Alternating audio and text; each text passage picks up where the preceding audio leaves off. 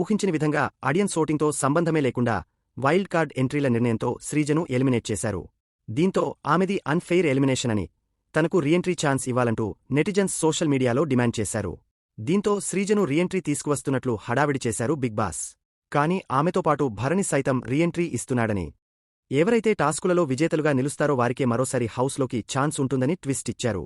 గతవారం రీఎంట్రీ పేరుతో పెద్ద తతంగమే నడిచింది.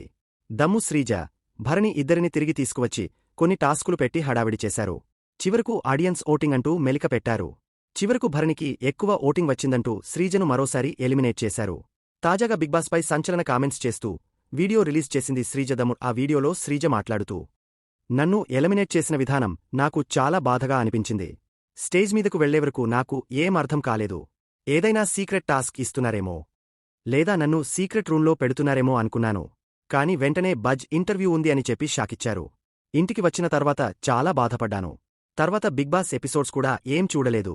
మళ్ళీ బిగ్ బాస్ టీం వాళ్లే ఇలా నామినేషన్స్ చేయడానికి హౌస్లోకి వెళ్లాలి రమ్మని పిలిచారు.